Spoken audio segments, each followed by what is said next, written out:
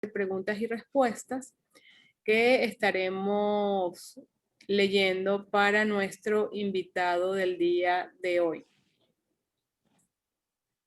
Efectivamente, para hoy, con nuestro programa de formación para gerente de la industria del agua y saneamiento, y también me acompaña el profesor José María de Viana, coordinador de este programa, tenemos como título Proyectos de agua potable y saneamiento, una mirada desde el Banco Mundial, balance de lecciones aprendidas. Y nos acompaña el ingeniero Abel Mejía. Entonces, bueno, ya comenzar, el profesor José María, unas palabras y muchísimas gracias. Nos vemos en un rato. Bueno, verdad que hoy estamos especialmente agradados y agradecidos de Abel. Abel es un viejo amigo. Yo conocí a Abel cuando Abel dirigía el programa Orinoco Apure, por ahí en el año 81. Y ahí dejó una huella muy importante, porque ese fue un programa que levantó mucha información básica de nuestros ríos. Se hicieron unas cuantas campañas de punta a punta del Orinoco, recogiendo información de hidrología, de limnología. Gran parte de lo que conocemos hoy del río viene de esas mediciones, en las cuales estaban el doctor de León y el doctor de Sola, que en aquel momento eran para nosotros nuestros maestros, y que, bueno, Abel, en aquel proceso aprendimos mucho juntos, pues dentro del equipo un Dream Team que había formado nuestro querido Guillermo Colmenares Finol, pues en la dirección de planificación. Abel después tuvo otro trabajo muy importante, pero decidió hacer carrera fuera de Venezuela en el Banco Mundial. El Banco Mundial es el banco de desarrollo más importante que existe en el mundo, y Abel ha hecho una carrera extensa y muy prestigiosa, pero además con mucho aprendizaje. Y como Venezuela no mantuvo operaciones importantes con el Banco Mundial, la mayor parte de la experiencia de Abel está en los países de la región. Pues ahí hay más de 30 años de experiencia fructífera, y después en la consultoría también con la CAF y con otros organismos internacionales, permiten tener en Abel un venezolano muy cercano a nosotros, muy querido por nosotros, que quiere mucho al país y a su gente, pero que tiene una experiencia especialmente valiosa. Hoy Abel ha preparado unas notas de cómo desde el Banco Mundial tiene un balance de las lecciones aprendidas. Pues es muy difícil en 30 minutos recoger más de 40 años de experiencia, pero lo más importante es que Abel está tan cerca como que, pues efectivamente Abel nos ha prometido y nos ha ofrecido su apoyo, especialmente para los jóvenes que estamos formando. Nosotros queremos que los jóvenes que estén formando sepan que la labor de reconstrucción del país va a ser de ellos, pero que tienen en nosotros, cualquiera de nosotros, colaboradores que vamos a hacer todo lo posible para que nuestra experiencia sea útil. Bueno, sin más, quiero dejarlos con Abel. Abel nos ha preparado una presentación y él va a tener una exposición primero. Posteriormente vamos a tener un ciclo de preguntas que se van a manejar a través del chat.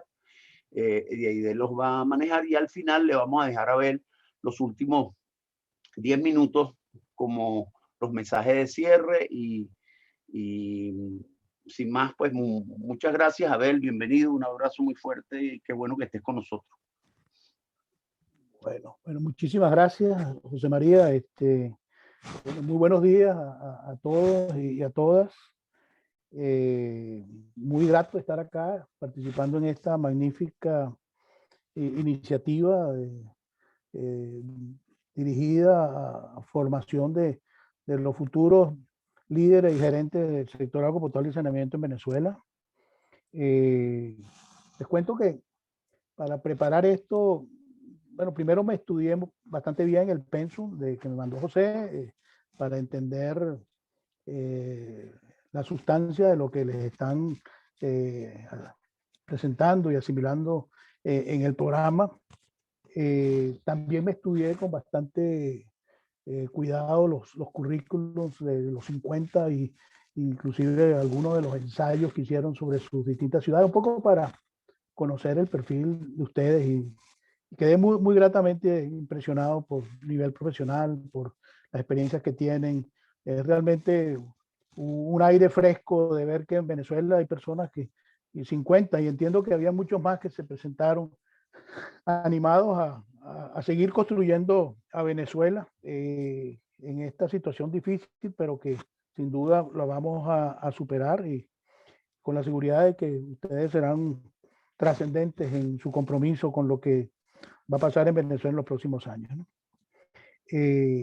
Yo soy un ingeniero como ustedes, me formé en la Católica, después trabajé en Venezuela por muchos años, trabajé en el GURI, trabajé en una institución estupenda en el Estado Lara, Fudeco, que desapareció lamentablemente en la debacle de estos últimos años. Trabajé en proyectos grandes, trabajé en el proyecto Orinoco, como decía José María, en el Ministerio del Ambiente, donde tuve el honor de trabajar con él y para él, y con el doctor Guillermo Colmenares Finol. Y, en fin, yo primero pensé en relatarles un poco lo que yo había hecho allá y cuáles eran los puntos salientes de eso. Especialmente lo del GURI me interesaba mucho porque fue un proyecto muy emblemático allá. Pero después decidí que, viendo el currículum, viendo lo que ustedes están buscando con este programa, pensé que lo mejor era darle un poco mi balance de lecciones aprendidas de estos últimos 30 años que trabajo con el Banco Mundial.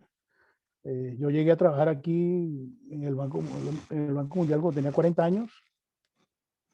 Ya tenía una trayectoria profesional allá, en esa patria generosa que me tocó vivir, que me formó, que me financió mis estudios de posgrado.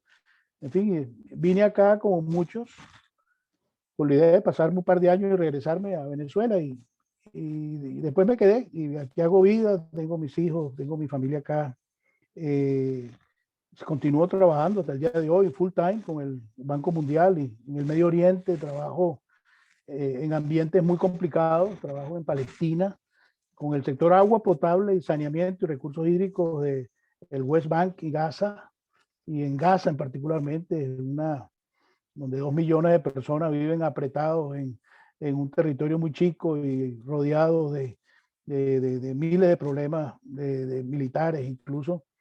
Y trabajo en Arabia Saudita también, o sea que son zonas donde los temas de agua son muy importantes. Yo he tratado de estructurar esta charla de esta manera. Primero me voy a referir muy rápidamente a cómo es la óptica del Banco Mundial hacia los proyectos de infraestructura hídrica y cómo encima de esos proyectos, cómo actúa el banco. Entonces allí pensé, bueno, cómo yo puedo, más que hacer una cosa más teórica, en fin, y conceptual, yo quiero más bajar a los detalles, y entonces escogí un caso que yo creo que ha sido exitoso y que puede ser referencial para Venezuela, que es el caso del Perú y de Lima, el tema de la evolución y transformación del sector agua potable y saneamiento en Lima, en el Perú, en los últimos 25 años. Y comenzando por mirar el contexto político de estas transformaciones y cómo actuó sobre todo el financiamiento internacional en los aspectos de reformas sectoriales, en cómo se preparan los proyectos, se desarrollan, y mirar un poco los resultados y lecciones después de 25 años, ¿no? A mí me ha tocado ser un actor en esto desde el comienzo. Yo trabajo en el Perú desde el año 92 como gerente de los proyectos del banco allá, y después yo fui por un tiempo, por varios años, el gerente de agua para el Banco Mundial en toda la región de América Latina. Entonces me tocaba hacerle seguimiento a los proyectos que tenía el banco allí de alguna manera. Y hasta hoy sigo muy vinculado al Perú, me invitan todos los años a hacer distintas cosas. Y bueno, me pareció que esto podía ayudarme a aterrizar algunas ideas y presentárselas a ustedes y sobre todo mirar esto en un espacio de 25 años. Después le voy a hacer unos breves comentarios sobre un esfuerzo más reciente que se hizo por el Grupo Orinoco para el sector agroportuario y saneamiento, donde yo tuve el honor de asesorar a un grupo que preparó esto bajo la coordinación del doctor Germán Muscate, que ya ustedes conocen, y al final algunas conclusiones, algunas reflexiones finales y cuál es el camino hacia adelante, ¿no? Primero que le quería, el mensaje que les quiero pasar, el primer concepto es que la infraestructura hídrica requiere de una visión de largo plazo, ¿no? Y largo plazo son 50 años o más, porque desde el principio pues se necesita tener para cualquier proyecto de infraestructura de un tamaño importante, muy buena información climática, hidrométrica, meteorológica, en fin, hay que entender muy bien la hidrología superficial y subterránea, y también tener una muy buena base de evaluación social, especialmente el tema de demografía, que es una variable central en cualquier estimación de ofertas y de demandas que conlleva cualquier proyecto de infraestructura hídrica. Después, bueno, los países para mirar adelante, pues preparan planes maestros con horizontes de 10, 20 años o más y que son actualizados periódicamente. Y allí este tema es muy importante porque la infraestructura hídrica se caracteriza porque tiene grandes economías de escala, ¿no? Economía de escala significa de que hay que hacer obras muy grandes para atender demandas en el futuro, a 30, 40 años, que en cierta forma es lo que pasó en Venezuela, que cuando se construyó mucha la infraestructura hídrica en Venezuela que existe hoy, que opera hoy, en los años 70, 80, se construyó para una demanda que a 20, 30, 40 años adelante, y la cual, como también fue deprimida, esa infraestructura sigue todavía viva, ¿no? Y sigue operando de alguna manera. Estos proyectos tienen muy largos periodos de amortización, 20 años o más. Y esto lo diferencia de otros sectores, ¿no? La amortización de los proyectos de infraestructura hídrica se hace a 30, 40 años. Los financiamientos normalmente tienen periodos de vigencia de 25, 30 años, lo cual es muy diferente a los sectores eléctricos, que muchas de las inversiones se amortizan en periodos más cortos, de 10 a 15 años, y en telecomunicaciones todavía menos, ¿no? Es cuestión de pocos años. Entonces, hay que construir obras para tener una demanda, atender una demanda a los 30 o 40 años. Entonces, cómo yo distribuyo esos costos, cómo esos costos son pagados, cómo se recuperan los costos, son temas muy importantes. Y el otro tema muy importante para el tema de planeamiento es que genera también conflictos ambientales y sociales que pueden ser muy importantes. Las obras hídricas, pues, por supuesto, intervienen en el medio físico, los ecosistemas y bueno, y los impactos que siempre los hay, negativos y positivos, hay que evaluarlo con mucha atención. Esto es un tema cada vez más importante. Y el otro, el elemento social, es que las obras, las intervenciones de infraestructura tienen impactos sociales.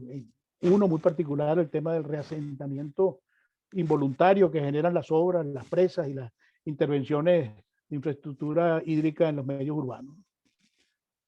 O sea, el plan maestro da esa gran visión, básicamente un balance de oferta y demanda en periodo de 5 a 10 años. Bueno, y de allí se identifican los principales problemas y bueno, hay que estudiar cuáles son las alternativas para atender esos problemas. Y por supuesto, esto pasa en primer lugar por entender muy bien la naturaleza del problema. Muchas veces los ingenieros somos muy dados a saltar a las soluciones sin haber entendido suficientemente el problema, y eso es un error o es una práctica o es una costumbre que hay que erradicar, ¿no? Y las alternativas hay que estudiarlas no solo en sus méritos técnicos, que pueden ser muchos, sino en su evaluación económica, ambiental, social y la evaluación económica a lo largo de la vida de los proyectos, no solo la inversión inicial, sino su operación, que como decía, normalmente se lleva por muchos años. Después los estudios de impacto ambiental normalmente también demoran 1 o 2 años, implican procesos laboriosos, complicados de consulta a la sociedad y procesos de licenciamiento que muchas veces los estudios de impacto y las licencias de impacto ambiental se van dando por etapas. Hay muchos países, como por ejemplo Brasil e incluso Perú, que se dan licencias para la ingeniería de un proyecto, después para la construcción del proyecto y después para la operación del proyecto. O sea que son etapas cada una complicadas, laboriosas, que hay que hacerlo y que normalmente estos estudios ambientales mejoran sustancialmente la concepción del proyecto. Después que eso está más o menos claro, viene la parte ya más de diseño, de ingeniería, donde allí se hace un esfuerzo muy grande de estudios de campo, sobre todo estudios geotécnicos de suelos, que son los más costosos, estudios de materiales. Es una parte costosa que una vez que se han determinado cuál es la mejor alternativa técnica, económica, social, ambiental, hay que hacer el diseño de ingeniería. Y allí, una vez que se tiene avanzado el diseño, se tiene alguna estimación de costo, pues viene el tema de los arreglos financieros, ¿no? ¿Cómo lo vamos a financiar? ¿Cuáles son las condiciones? ¿Cuáles son los términos? ¿Con quién? ¿Qué aporte será de los mismos operadores o de aportes fiscales y financiamiento internacional? Porque como decía, son obras muy voluminosas que requieren de financiamiento muy importantes que se concentran en muy pocos años. Una vez que se arregla, se hace el arreglo financiero del proyecto, viene una etapa de licitación, de preparación de especificaciones, de licitaciones públicas, internacionales, que también tienen un conjunto de pasos que hay que cumplir para asegurar que hay competencia, que los precios reflejan los costos de mercado, en fin, de que hay un proceso para seleccionar a los contratistas más calificados. Eso es algo que está muy desarrollado y que a pesar de eso se dan enormes casos de corrupción, como hemos visto en los últimos años en el entorno de América Latina. Todo ese tema de la corrupción, de la transparencia, hace que esta etapa de las licitaciones sea cada vez más importante y donde yo creo que en Venezuela estos últimos 20 años, que no ha pasado nada importante en este campo, al contrario, quizás las prácticas son bastante negativas. Habría que hacer de aquí hacia adelante un esfuerzo muy importante de desarrollar capacidades en esto. Después viene la etapa de construcción de las obras y finalmente la operación de la infraestructura, que normalmente, como hablábamos, una obra o un proyecto financiado por una agencia internacional, pues tiene una vida de 25 años o más. Y cuando uno suma todos estos tiempos, pues está hablando de fácilmente 50 años, y es la visión y la óptica que hay que tener de entrada, ¿no? Aquí marca en rojo dónde es que entran las agencias financieras normalmente. Entran, por supuesto, cuando son llamadas para ayudar con el financiamiento. Participan fuertemente en el tema de las licitaciones para asegurarse de que las licitaciones son competitivas, que los costos reflejan los costos eficientes y de mercado, y después acompaña la construcción de las obras hasta su puesta en marcha. Esa intervención de las agencias internacionales también tiene un ciclo que también quería revisar muy rápidamente con ustedes, ¿no? Y en particular es cómo trabaja el Banco Mundial, ¿no? Un ciclo cerrado, no es un proceso abierto. Hay algunas instituciones que tienen un proceso abierto y lo que cierra el círculo es el último paso, que es la evaluación ex post, ¿no? De que en el banco se ve esto como un proceso de aprendizaje y de rendición de cuentas a lo largo de 3, 4, 5 años, que empieza cuando el banco hace una estrategia de cómo va a trabajar en un país. O sea, un banco como el Banco Mundial no llega a un país y empieza a trabajar en lo que quiere sino que tiene una estrategia de actuación. Dice, yo me meto en esto otro no, trabajo en el sector de educación, pero no en salud, porque en salud trabajan otras instituciones, el BID u otros. Tiene donde ve sus ventajas comparativas, y esa estrategia la discute con el país. Le dice, mire, yo lo quiero ayudar, yo he evaluado el país, he visto los problemas, aquí donde yo lo podría ayudar en estos temas, en estas áreas, porque tengo proyectos anteriores, tengo una experiencia, tengo algunas ventajas, y eso se hace como cada 3 años. Se hace a nivel de país y se hace a nivel de los sectores importantes donde trabaja en un determinado país. Entonces el banco tiene una estrategia país y una estrategia para los sectores donde trabaja, bien sea educación, salud, agua, saneamiento, carretera, transporte, electricidad. Y eso guía de alguna manera el entorno del trabajo del banco, ¿no?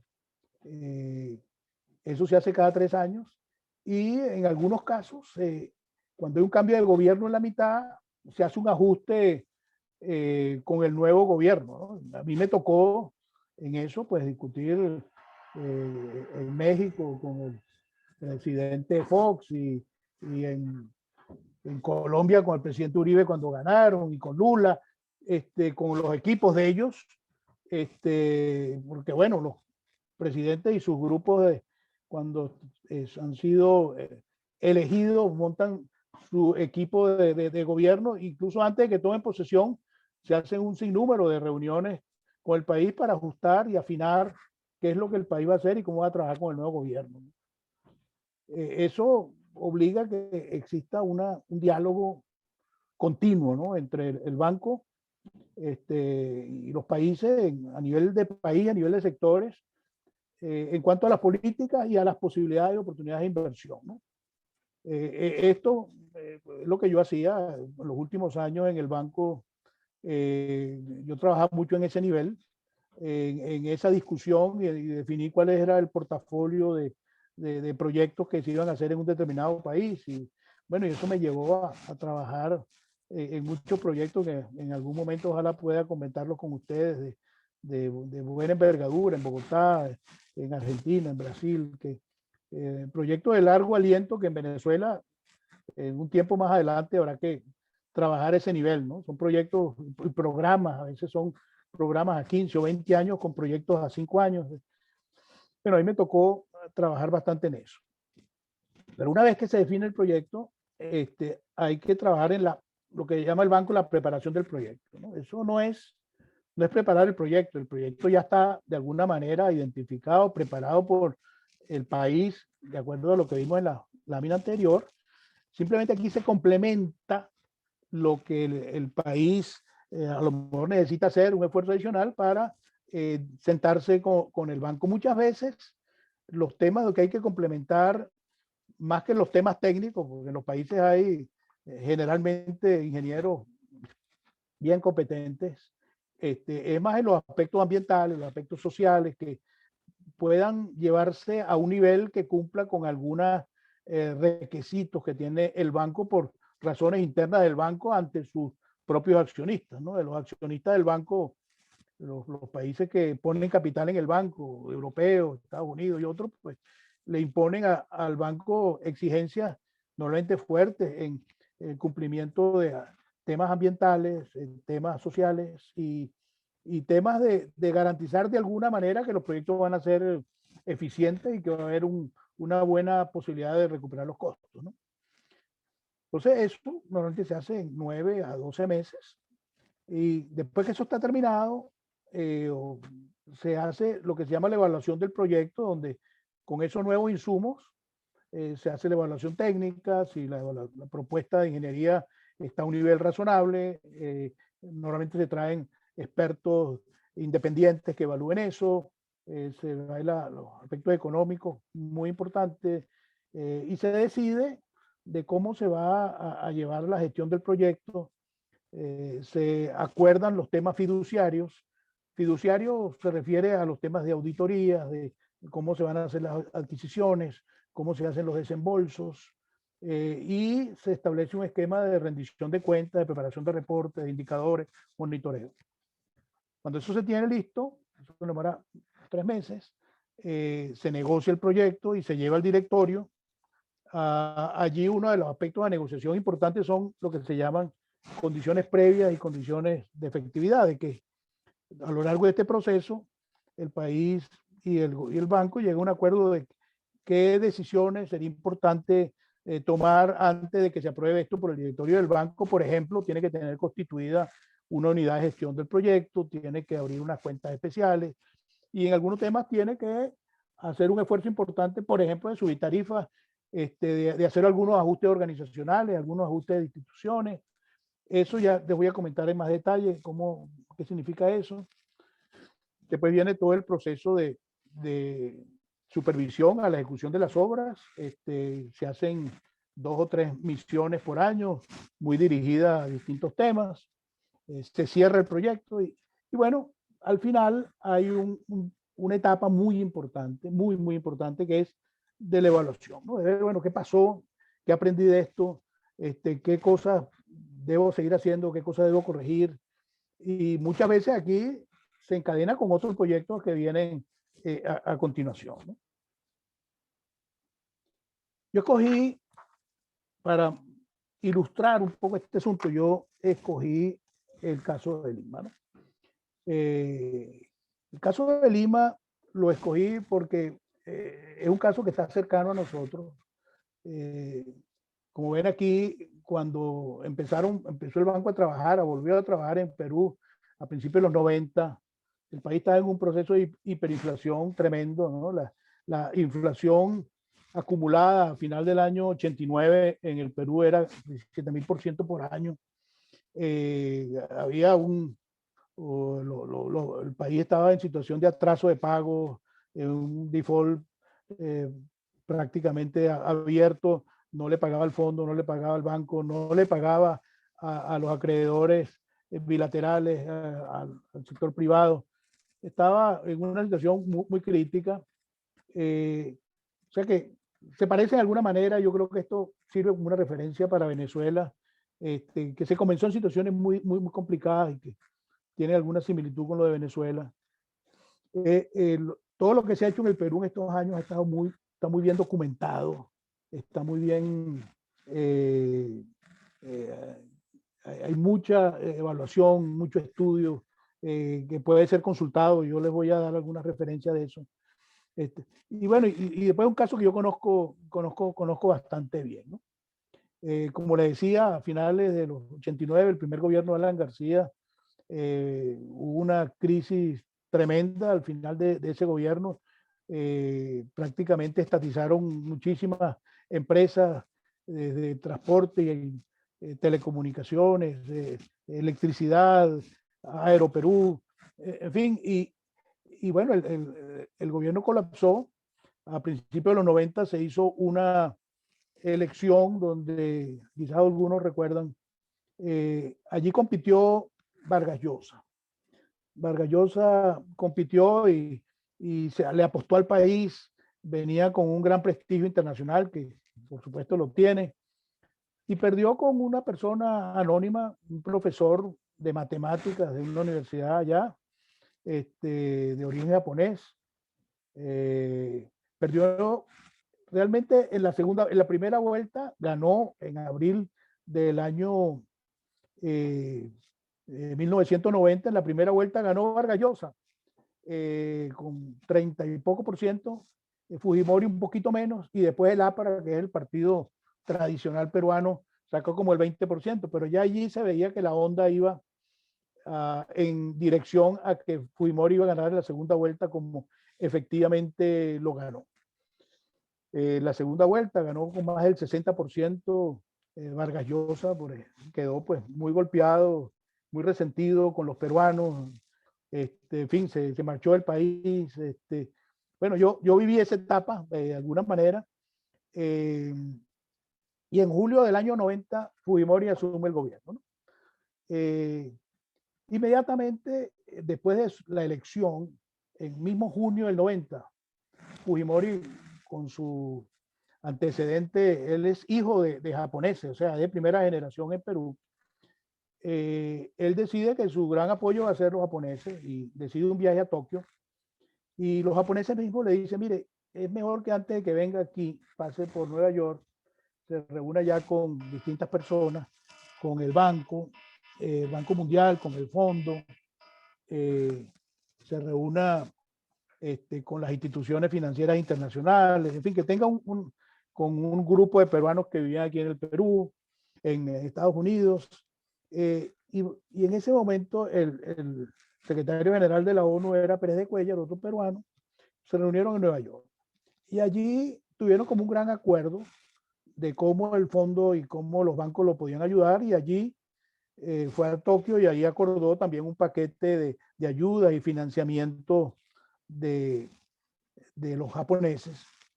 Y entre eso estaba una gran decisión de parar esa hiperinflación inmediatamente, un aumento de precios de los bienes más básicos, de la leche, de la gasolina, de los servicios. En el 90, en agosto del año 90, este era el ministro Hurtado Miller, y esta es una expresión que fue muy famosa en el momento, que Dios nos ayude, que yo creo que en Venezuela también vamos a necesitar decir lo mismo en ese momento. El presidente asume facultades de legislación por decreto por 90 días, pero a los 90 días el Congreso tiene que confirmar si esos decretos legislativos se convierten en leyes o no. Y empieza un pugilato entre el gobierno y el Congreso, que estaba muy, muy fragmentado. Y en abril de 92 se da un autogolpe, el mismo Fujimori cierra el Congreso y llama a una constituyente. Constituyente a la cual los constituyentes, él saca más de la mitad, el partido que lo apoyaba, el grupo que lo apoyaba, de la mitad de los constituyentes. Un año después se aprueba una nueva constitución con el 53% de adhesión a esa constitución, una constitución donde, bueno, tuvieron muchísimo apoyo de muchísima gente de fuera, y cambian, por ejemplo, la configuración del Congreso de 2 cámaras a una, y sobre todo una constitución que está de alguna manera modelada, siguiendo mucho la experiencia de Chile, ¿no? De disminuir el tamaño del Estado. El Estado tiene un papel subsidiario, excepto en los grandes temas de relaciones exteriores y de defensa, pero todos los sectores económicos, el Estado en lo posible tiene un papel subsidiario, y dejar al mercado y a la actividad privada ser el principal motor de la economía. En abril del 95, Fujimori va a una nueva elección que la permitió esta nueva constitución, porque antes no era posible en forma consecutiva, y la vuelve a ganar mayoritariamente, ¿no? La gana muy fuertemente. Esto se lo pongo porque este telón de fondo es importante tenerlo muy claro para trabajar en cualquier cosa, ¿no? Y no es una excepción el caso de agua potable y saneamiento. Bueno, ¿qué hizo la asistencia internacional en esa etapa, ¿no? En enero del 91, o sea, 6 meses después de tomar posesión, se llega a lo que llama un programa con el Fondo Monetario, donde hay un programa, se acuerda, un programa de ajuste y de refinanciar la deuda multilateral y financiar sobre todo el gap de presupuesto que tenía el país, y se establecen las bases para negociar lo que se llama la deuda con los miembros del Club de París, que son los miembros donde están los mayores acreedores bilaterales y privados. Donde la deuda más importante que tenía Perú en ese momento era fundamentalmente con miembros del Club de París, y en menor grado con la deuda multilateral, con el Fondo, con el Banco Mundial y el BID. Y ahí se lanza ese mismo año un gran programa de ajuste estructural, patrocinado por el banco y por el BID. Y se hicieron unos grandes programas, y esto es interesante para la memoria histórica, porque es muy parecido a lo que se hizo en Venezuela, más o menos en esos mismos años, era en el segundo gobierno de CAP, ¿no? Un programa de ajuste macro, de liberalización comercial, reforma financiera y un fuerte énfasis en la privatización, un programa de emergencia y desarrollo social para atender los sectores de mayor pobreza el tema de alimentación, de distribución de alimentos, el tema de salud y educación, y un programa de empleo mayoritario. Entonces se crearon unos fondos de inversión social importantes, programa de rehabilitación de infraestructura, de las grandes infraestructuras del país, y un programa de asistencia técnica, parte reembolsable y otra no reembolsable, donde el Japón ahí le apostó muchísimo dinero y que fue decisivo. Y se hicieron un programa en paralelo de ajuste y préstamos sectoriales con el BID, que fue un socio importantísimo. Y bueno, y se crea un grupo de apoyo, fundamentalmente liderado por los Estados Unidos y Japón, para renegociar la deuda soberana y no soberana de Perú con los miembros del Club de París. Se lanza un programa de privatización de empresas públicas donde entra el tema de agua, y para eso se crean una comisión de coordinación, COPRI, a nivel nacional, y después cada sector tenía un comité para ocuparse de la privatización específica de cada uno de las empresas del sector, y en esto está la empresa de Lima. En esa etapa se hizo un informe, el Banco Mundial lo hizo, lo dirigió un señor Segura, por eso se llama Informe Segura, donde se vieron todos los sectores de infraestructura, incluyendo el agua, un poco para tener como un marco referencial de qué es lo que se iba a hacer en cada sector. Allí fue un trabajo de un par de meses, muy intenso, basado en Lima, hasta que discutiendo con los funcionarios del gobierno, y llegaron a unos grandes acuerdos de cómo se iba a avanzar en cada uno de estos sectores. En febrero del siguiente año, el 92, se pide el gobierno formalmente al Banco Mundial que lo ayude en la privatización de Sedapal y en el financiamiento de ese programa. Y ahí se concentró en Lima. Lima está aquí, este planito aquí a la derecha. Lima, esta es la parte central de Lima. Aquellos que conocen Lima, esto es lo que llama la Bahía de Miraflores. Aquí está el Callao. Lima lo atraviesa un río, el río Rímac, viene por acá. Este río tiene dos afluentes, uno que es el río Blanco y otro es Santa Eulalia, que van hasta la divisoria continental, que está acá. La ciudad nació y creció en un valle, desde el tiempo de los incas, pues era un valle muy importante, muy fértil, que se regaba, muchos canales de riego de la época incaica y colonial. Y la ciudad se fue extendiendo hacia el norte y el sur, lo que llama el cono norte, cono sur. Hoy la distancia de la ciudad de punta a punta son 70, 80 kilómetros de norte a sur, y unos 30, 40 kilómetros del oeste hacia el este. Esta divisoria está a 4.500 metros de altura, no llega a 5.000, pero muy alto. Hay nieve en algunas veces, algunas temporadas del año. Aquí hay, en la parte más alta de la cuenca, hay un conjunto de lagunas y un túnel que existía de los años 50, un túnel trasandino que traía agua a este río Santa Eulalia. Aquí hay varias centrales hidroeléctricas de pasada que fueron construidas en los años 50, los años 60 por la empresa que en ese momento era Electrolima, una empresa privada, y después fue estatizada y después nuevamente privatizada. Aquí es interesante un túnel, aquí el túnel Gratton. Esto es una galería que se construyó, era un socavón minero, y que empezó a salir agua, y en tiempo de lluvia ese socavón sale en unos 4 metros cúbicos por segundo, y en el verano un poco como 2. Bueno, alimentan este río. Aquí hay una planta de tratamiento que se construyeron a mediados del siglo pasado, con ese momento tenía una capacidad de 10 metros cúbicos por segundo para tratar el agua potable de la ciudad, principalmente. Y este río tiene al año una oscilación importante. En los meses de avenidas puede tener en promedio, los meses, unos 25 metros cúbicos por segundo, pero puede caer a menos de 5 en los meses de verano.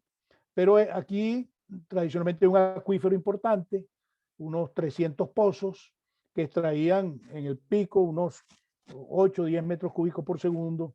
Entonces con eso la ciudad se defendía, se manejaba con problemas estacionales importantes y sin continuidad en el servicio. Esta es la ciudad hoy. La ciudad hoy, una ciudad hoy día sobre los 10 millones de habitantes. Esto se llama la Costa Verde. Y aquí se ve un poco de verde porque el acuífero venía y era tan rico que el agua salía por estos acantilados y mantenían esta zona, estos barrancos verdecitos. Hoy día eso verde está porque los han recreado con riego artificial, con aguas reusadas de una planta de tratamiento de aguas residuales. La otra imagen de Lima es esta, son los barrios, crecen subiendo por la montaña, crecen hasta el punto de que tienen un tanque de un reservorio, normalmente de 5 y 10 mil metros cúbicos por segundo. La ciudad tiene unos 200 reservorios de este tipo en todos esos cerros y montañas. El agua viene de la Tarjea, en algunos casos tienen rebombeo para llegar a esos tanques, ahí se distribuye. Y esta es la imagen del Perú, donde se expande hacia esos grandes zonas de desierto al norte y al sur. Como llueve muy poco, llueve menos de 20 milímetros al año, la gente prácticamente no necesita ninguna impermeabilización y las casas son hechas de estera. Estaba leyendo esta semana en preparación a esto de que el problema de la ocupación informal del suelo en Perú sigue siendo gravísimo. Más del 90% de los nuevos asentamientos urbanos en Perú son en zonas informales. O sea, ellos han superado muchas barreras, pero siguen teniendo también tremendos problemas, ¿no? Yo creo que esto es interesante para Caracas y Venezuela. Cuando uno compara la población del Perú, hoy día un poco más de 32 millones de habitantes aquí. En lo de Venezuela habría que descontar la emigración, que posiblemente baja a la población de Venezuela a menos de 30. Lima, en el año 1990 tenía un poco más de 6 millones de habitantes y hoy día está sobre 10 millones. Caracas un poco menos. Ciudad capital, Caracas mismo, pues tendrá 3 millones y medio, 4, y con toda el área metropolitana un poco más de 5 millones. Perú tiene un poco más del doble. La población del Perú en el año 93 eran 22 millones. Aquí están algunos datos, estaban las coberturas, 58% en agua y 42% en cloaca. En Lima eran mucho más altos, 75 y 79 en agua y cloacas, pero con mucha discontinuidad. Aquí están algunos indicadores. Las inversiones en el año 93 eran muy bajitas, era el 0.15% del PIB. A nivel nacional no llegaban a 50 millones de dólares en ese año. Y aquí están unos datos del año 93. Conexiones de agua tenían casi 800.000 conexiones, más de 6.000 kilómetros de redes en agua potable y cloacas. Tenían tratamiento de agua potable, capacidad en metros cúbicos, millones de metros cúbicos por año, y el tratamiento de agua servida ninguno. La tarifa eran unos 10 centavos de dólar por metro cúbico. El ingreso tarifario en el año 89, en el último año del gobierno de Alan García, fueron 41 millones de dólares, y en el año 93, con las reformas iniciales que se hicieron, llegó a un poquito más de 100. Había muy baja medición. También había un sobreempleo. En el año 90, 3.700 empleados, y que bajaron un poco menos de 2.000 con un programa de retiro voluntario. Agua no facturada muy alta. Y además hubo una incidencia de un episodio de cólera en el Perú muy fuerte en el año 91, que fue el disparador de reformas importantes y de ponerle interés al tema del agua y sobre todo el saneamiento. Este gráfico muy interesante muestra el crecimiento del Producto Interno Bruto. En el año 80 Venezuela tenía cerca de 65 billones de dólares de Producto Interno Bruto y Perú tenía como menos de 10.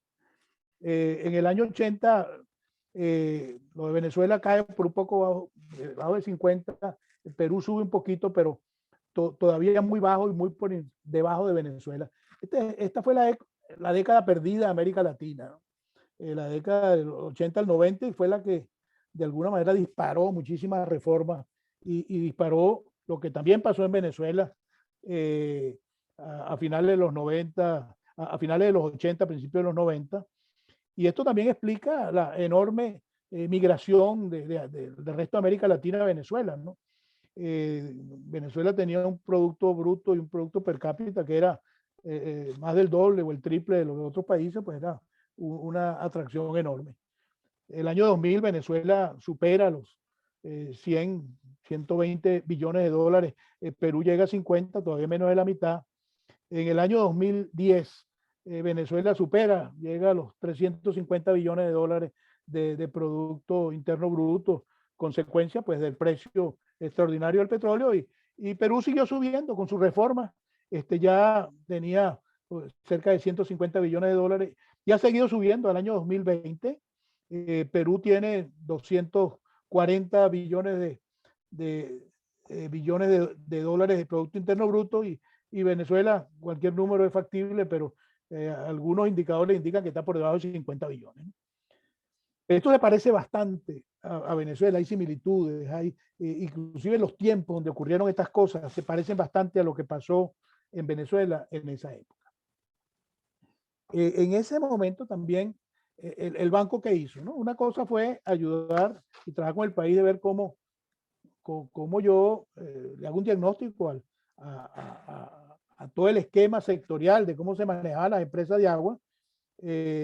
Por cierto que al igual que en Venezuela, en Perú existía una especie de INOS que fue descentralizado hacia los municipios, entonces se crearon 30 empresas municipales importantes, eso ocurrió a finales de los años 80, principios de los 90. Hay grandes similitudes en cómo el sector de agua potable y saneamiento ha evolucionado en América Latina, en los países donde con unos años más o menos se dieron las mismas reformas de quebrar un monopolio nacional como el INOS o como CENAPA ahí en Perú, o Obras Sanitarias de la Nación en Argentina, que se desmembraron, se descentralizaron. En Venezuela fueron las Hidro, aquí fueron las empresas públicas de servicio municipal. Pero en general las empresas trabajaban como una empresa que estaba totalmente dependiente de subsidios operacionales y directivos que eran designados de forma política. Realmente era un botín político para los gobernantes de turno y por supuesto la empresa le devolvía los favores políticos al gobierno, a los que estaban arriba. La empresa generó un gran sobreempleo, la empresa realmente una empresa empleadora, generadora de empleos y con sindicatos muy fuertes con una gran dependencia de un sobreempleo. Y bueno, con grandes problemas en las licitaciones, poco transparentes, licitaciones muy controvertidas y muy dependientes del lobby y de los contratistas y los suplidores. La población que estaba conectada pagaba unas tarifas muy bajitas, pero recibía a cambio unos servicios pésimos, malos y sin ninguna moral persignada.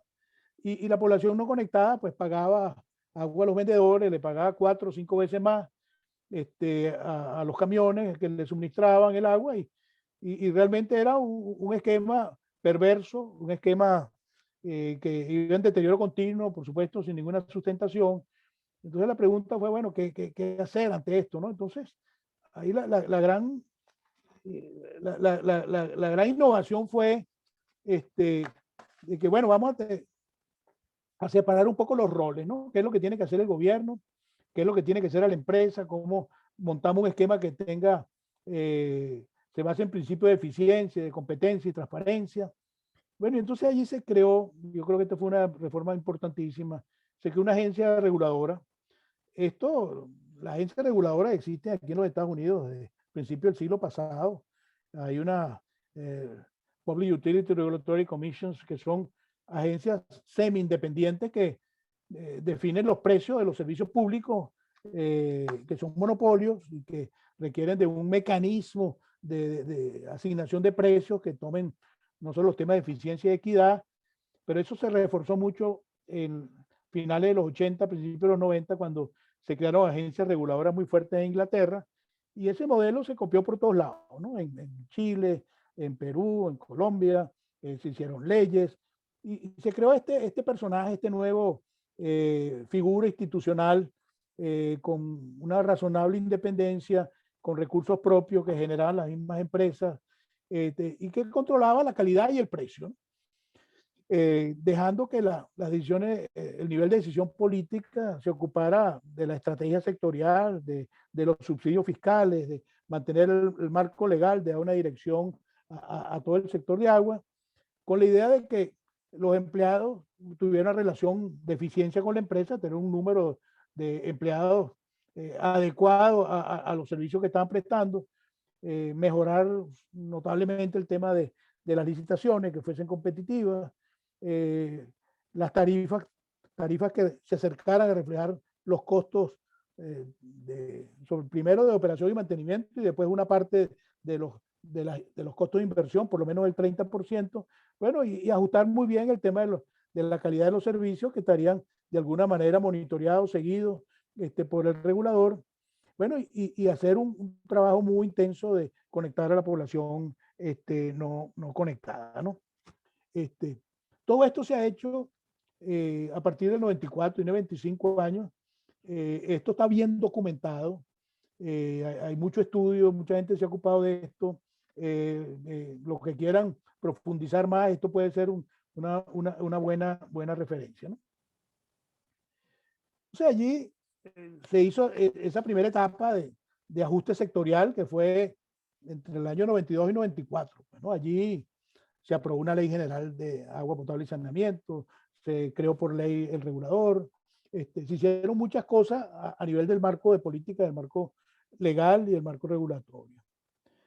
Y entonces allí, a principios del 92, se comenzó a trabajar con la empresa de Lima en un proyecto de inversión grande, un proyecto de inversión que tiene una característica importante, que como la empresa estaba también en ánimo de ser privatizada, este proyecto, este financiamiento, sería utilizado por la empresa que ganase la licitación de la privatización, si así lo quería, y si la licitación de la privatización no fuese exitosa, pudiera ser ejecutado por una empresa pública, pero dentro de este esquema más eficiente, este nuevo modelo que se definió.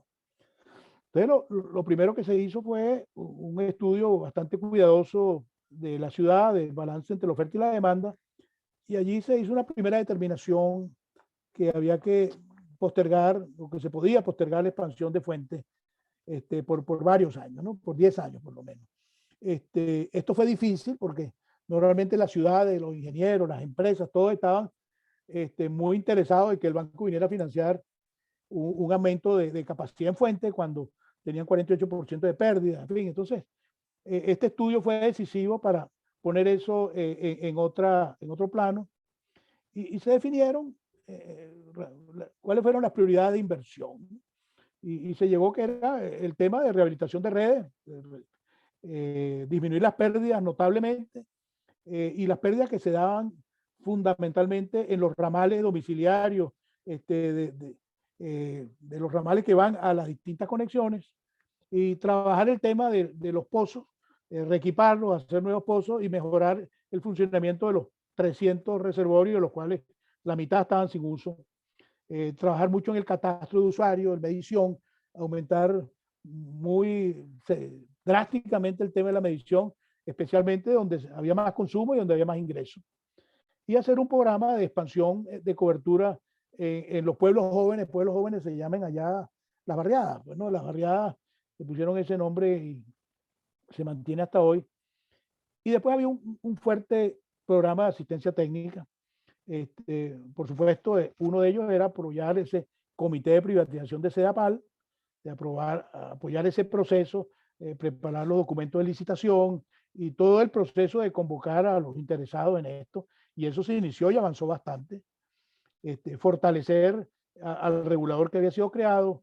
Y bueno, estudios que eran muy importantes mirando a largo plazo, ¿no? Se creó un distrito piloto para estudiar los temas de agua no contabilizada, un estudio muy detallado para la sectorización de la parte central de Lima con un sistema de supervisión SCADA.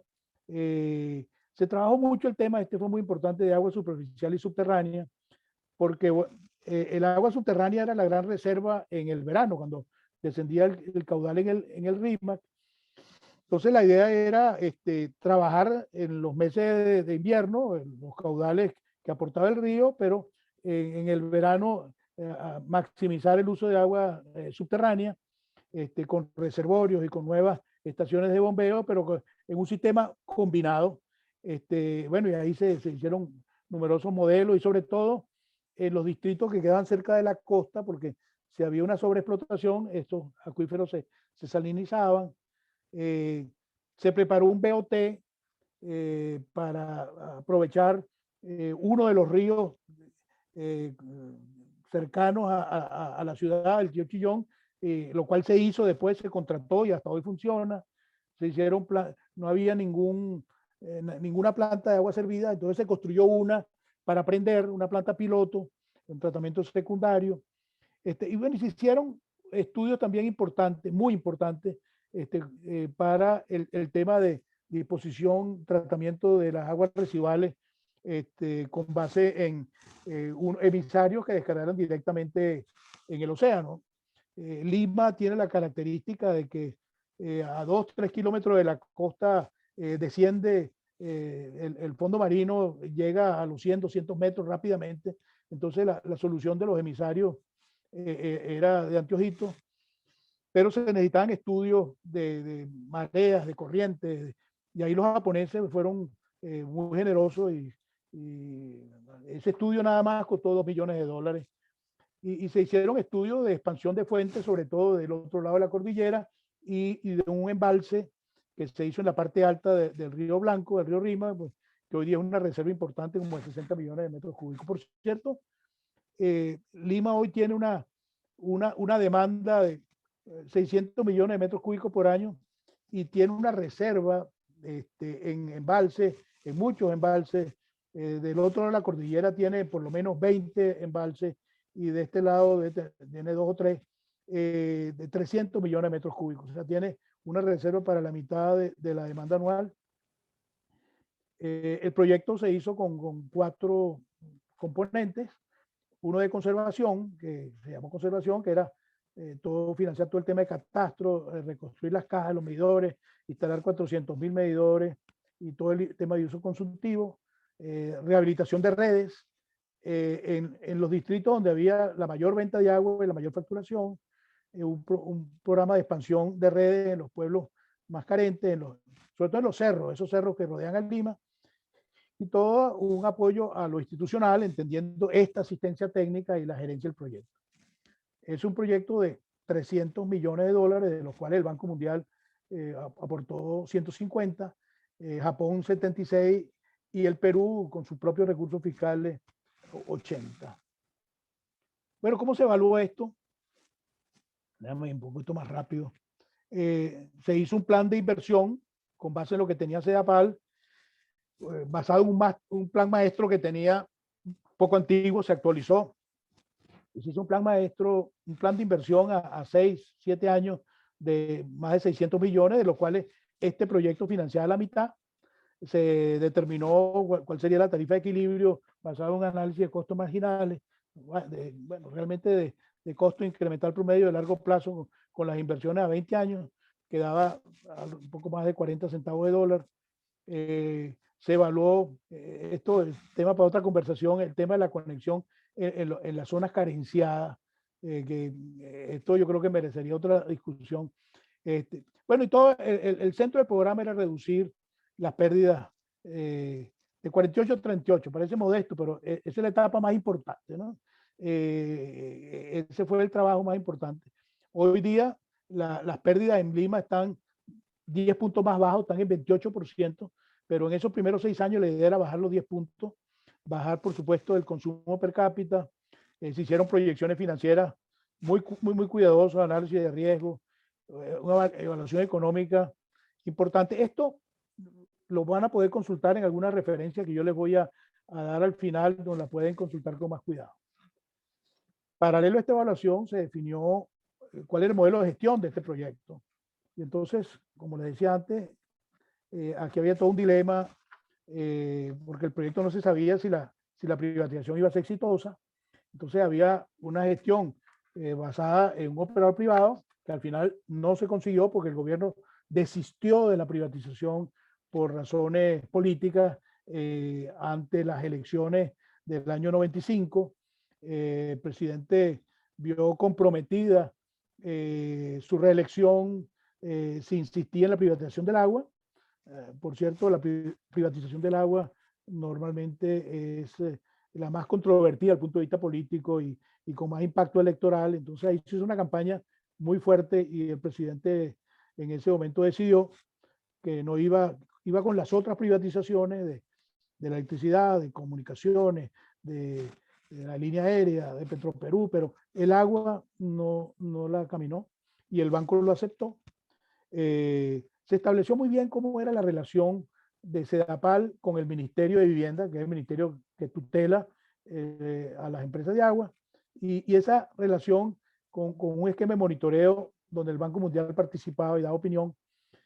Se creó un comité de proyecto bajo el gerente general de Sedapal, y esto fue clave porque el gerente general de Sedapal era un tipo excepcional, ¿no? Un tipo venía de ser el gerente de la empresa de electricidad de Lima, cuando estaba en el sector privado. Entonces, un tipo realmente de unas capacidades gerenciales extraordinarias. Se estableció un sistema de rendición de cuentas con revisiones trimestrales, donde participaba también el banco y los japoneses con el gobierno. Se definieron todos los temas fiduciarios, vale decir, cómo serían las licitaciones, cómo se armarían los paquetes, cómo serían, si eran licitaciones nacionales o internacionales, cómo se haría la auditoría, el monitoreo. Se creó una unidad de gestión del proyecto constituida de 4 personas básicas, un gerente y un hombre financiero, otro técnico y otro en la parte institucional, y se contrató una consultoría internacional que le diera apoyo a este grupo, y ahí se seleccionó una empresa italiana que lamentablemente desapareció o está en proceso de, que hizo un trabajo estupendo, ¿no? 2 personas, uno para el tema de agua potable, otro para el tema de agua servida. Ellos lo que se ocupaban era sobre todo del ajuste de la ingeniería y la preparación de especificaciones de los temas de licitación, y se hizo un manual de cómo se gestionaría este proyecto, ¿no? Pero algunos resultados y lecciones aprendidas de este proceso, ¿no? Resultado, después de 25 años, pues, ¿no? Se aprobó una ley general de agua potable y saneamiento en su momento, y que después ha recibido varias modificaciones importantes, pero ordenó el sector agua potable. Recuerdo cuando llegamos allá, le preguntamos, bueno, explíqueme cómo es el marco legal bajo lo cual se prestan los servicios de agua potable y saneamiento en el Perú. Y nos trajeron un alto como de 20 centímetros de lo que llaman el peruano. El peruano es la Gaceta Oficial peruana. O sea que había una enorme cantidad de disposiciones de todo tipo que habría que simplificar y contradictorias. O sea que ello ordenó el sector, definiendo cuál es la función del gobierno central, cuál es la función del regulador, cuál es la función de las empresas y cuál es la función de las funciones de los ciudadanos y los clientes de la empresa. Se creó la Superintendencia Nacional de Servicios de Saneamiento. Se hizo unos incrementos tarifarios importantes y se estableció una fórmula indexada con revisiones periódicas extraordinarias. Hubo una reducción importante, voluntaria de empleados. Bueno, y se montó la empresa en un esquema de sostenibilidad financiera que un poco más, un poco menos, cubría sus costos operacionales y mantenimiento y dejaba un margen de 10-20% para el financiamiento de contribuir al financiamiento de las inversiones, una notable transferencia de know-how. Yo recuerdo dos en particular, porque el centro de Lima es muy antiguo,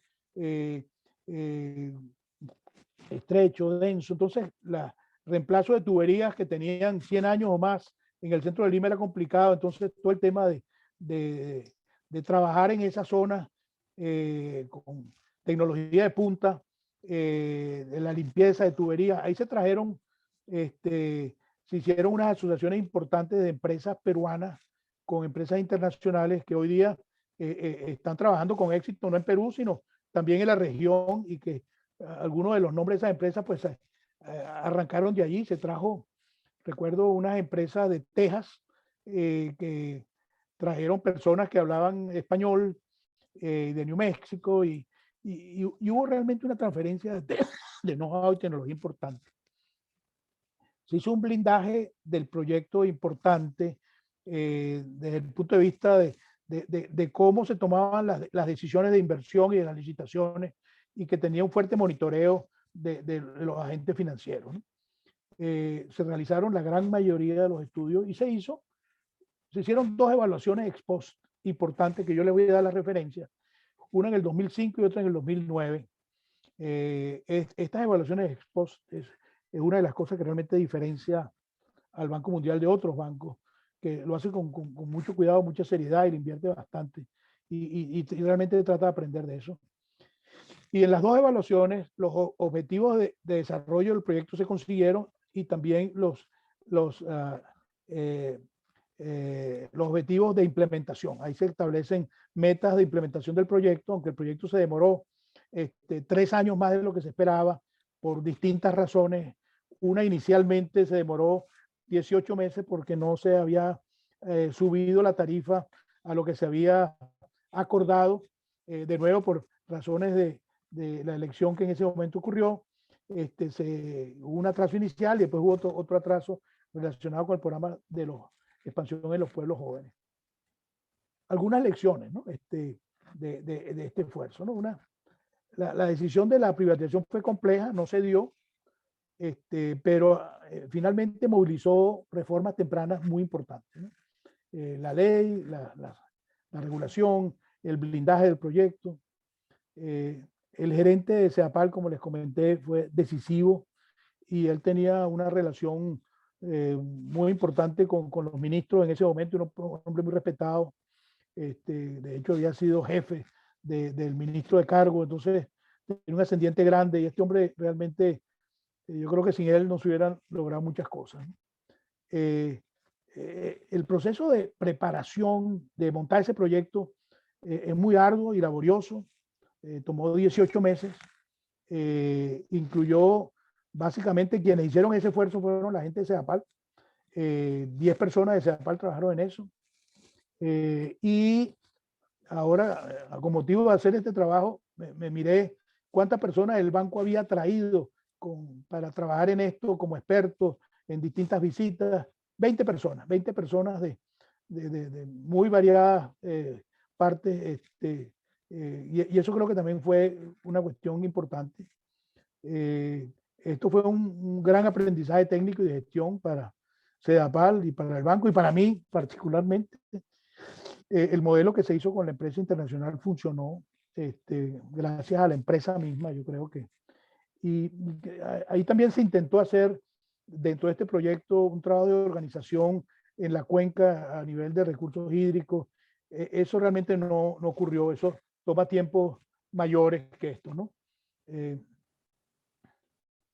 Aquí un pantallazo de cómo está CEDAPAL hoy, ¿no? 25 años después, ¿no?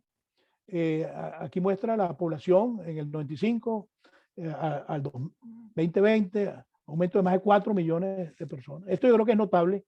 El agua producida, millones de metros cúbicos por año, en el 95 eran 600 millones, ahora un poco menos de 700. El agua facturada aumentó considerablemente. El agua no contabilizada hoy día 28%. La tarifa subió significativamente. Este aumento a 28 centavos de dólar fue la que nos demoró 18 meses. El gobierno no lo quería subir. y esto yo creo que fue un disparador importante. Hoy día la tarifa combinada de servicios de agua y saneamiento dividido por el volumen de agua vendida es de un poco más de 1.2 dólares por metro cúbico. Las ventas hoy día están en más de 600 millones de dólares. En el año 95 en 102. La medición aumentó a casi el 100%, el 95%, la depuración al 88%. Y los empleados se mantienen del 1990 al 1995, una reducción de unas 1.000 personas voluntarias, y ahora pues creció un poco, pero el número está por ahí, ¿no? Entre 2.000 y 2.400. Esta es una planta de tratamiento de aguas residuales, la más grande de Lima, hay dos. Esta tiene una capacidad de cerca de 15 metros cúbicos por segundo, con un tratamiento primario de desbaste, elimina partículas hasta 1 milímetro con microtamices, y después tiene un emisario submarino de 3,5 kilómetros. Funciona muy bien. Esto fue hecho bajo esquema de BOT a 25 años. El constructor de esta planta es una empresa española, Cobra, por cierto, es la empresa de Florentino, el dueño del Real Madrid. Funciona muy bien. Hay otra planta, esta planta, aquí está aquí está la Bahía de Miraflores. Esta planta queda como por aquí, y la otra queda por acá, que se llama La Chira. Se aumentó, se hizo otra planta de tratamiento de agua potable de 5 metros cúbicos, se aumentó un poco la de la Tarjea a 17. Hoy día, total, Lima tiene unos 25 metros cúbicos por segundo en capacidad de tratamiento, y tiene unos 4 o 5 metros cúbicos en pozo, o sea que malamente llega a los 30 metros cúbicos por segundo. En verano tiene problemas. En fin, están en proceso de ampliar algo a nivel de fuente y de desarrollar algunas plantas desaladoras en las zonas que se han poblado a lo largo de la costa hacia el sur de Lima. Bueno, hecho esto, aquí cierro lo de Lima, y después las preguntas pues iremos más a fondo. Con estas mismas ideas, en el año 2018, bajo el auspicio del Grupo Orinoco, se trató de pensar un poco, bueno, cómo se podría armar algo que pudiera servir para discutir dentro de Venezuela, y después presentar a las instituciones internacionales. Y se hizo un trabajito, se llama la hoja de ruta para la recuperación del sector agua potable en Venezuela. Esto no es un plan maestro, una hoja de ruta, ¿no? Y aquí, bueno, una hoja de ruta, esto no es una hoja de ruta, esto es algo que diga, bueno, empiezo en A y camino por aquí, llego hasta acá. La idea era priorizar qué debemos y podemos hacer, y proponer una estrategia y un mandato. Considerar las capacidades actuales y los recursos humanos y financieros. Y la idea era qué es lo que tengo que hacer para pasar la raya, ¿no? Cuando hay un cambio, ¿no? Y qué se puede hacer desde ya. Entonces se hizo este trabajo, que le voy a dar la referencia. El objetivo principal, un problema de salubridad pública, ¿no? Sanitario. Lo urgente es llevar agua a la ciudad. Y se establecieron una cantidad per cápita de 50 litros por habitante día como meta en un año. A 5 años, 200 litros por habitante día. Agua que cumpla con ciertas condiciones de calidad. Si eso se consigue, la idea, esto sería una tarea heroica, ¿no? Y se pensó, y esto es discutible, por supuesto, de que el nudo gordiano estaba fundamentalmente en los sistemas de captación, tratamiento y conducción de agua hasta la entrada de la ciudad. Bueno, y sobre todo, vaya, los temas de personal y de finanzas, ¿no? Se vio que basado en eso, pues se llevó a pensar de que los desafíos principales estaban en la recuperación de la infraestructura troncal, en revertir el mal servicio de los prestadores, poner en el freezer grandes proyectos, porque bueno, siempre hay esos grandes proyectos como iniciativas y aspiraciones que en todos los países existen, de que los problemas se resuelven con grandes proyectos. Y había que asegurar el financiamiento de los gastos corrientes y de inversión muy rápidamente, y de construir un sistema de capacitación y formación de personal, bueno, que en gran medida lo que nos mueve, y por eso estamos aquí y por eso están ustedes, ¿no? Para hacer esto operacional se propusieron que se hicieran como dos tipos de planes, uno muy urgente, se llamó PAO, y otro de recuperación operativa. Aquí, para esto, también tomamos algunas ideas de algo parecido que se está haciendo en Perú, ¿no? Los planes de acciones urgentes era hacer básicamente listas de compras de repuestos, de materiales, de herramientas, que permitieran en muy corto plazo atender las necesidades más inmediatas, mientras se hacía un plan de recuperación operativa que complementaría las acciones críticas identificadas en el plan de acciones urgentes. La idea era eliminar o controlar los problemas crónicos de eficiencia operativa, y que eso tendría que tener un buen respaldo de mediciones y de estudios, ¿no? Se pensó que esto se podría hacer en 3 etapas, hasta la transición, donde estamos ahora. El primero tema es recursos humanos, el acercamiento a las instituciones internacionales, que me imagino serán las convocadas a meter la mano y ayudar, y bueno, y de ponerse a ver quién de las empresas líderes regionales nos pueden echar una mano, como entiendo yo que se está haciendo fuertemente José María y Jacobo y otros, ¿no? Y aquí, bueno, establecía 3 plazos, un plazo de 1 año, básicamente para hacer estos planes de acciones urgentes, un plazo a 5 años para hacer estos planes de recuperación operativa, y trabajar en el largo plazo de montar un fondo de asistencia financiera. También se definieron unos hitos para implementar esta hoja de ruta.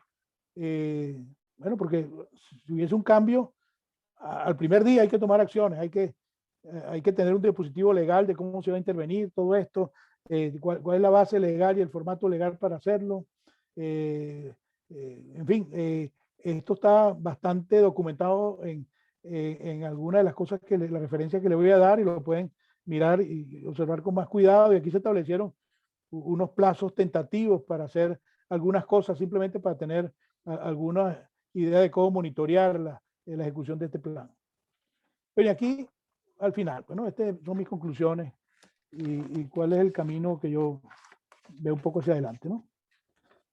Lo primero es que creo que hay que tener muy claro que el telón de fondo político, especialmente, bueno, cuáles son los incentivos que tienen los actores críticos en el área de finanzas y los agentes políticos clave, que son los que mueven la aguja en la opinión y en las decisiones políticas, ¿no?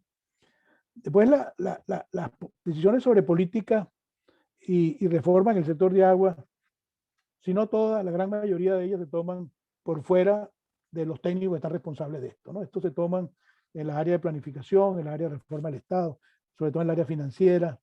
En fin, en eso hay sobrada experiencia y evidencia de que eso es así.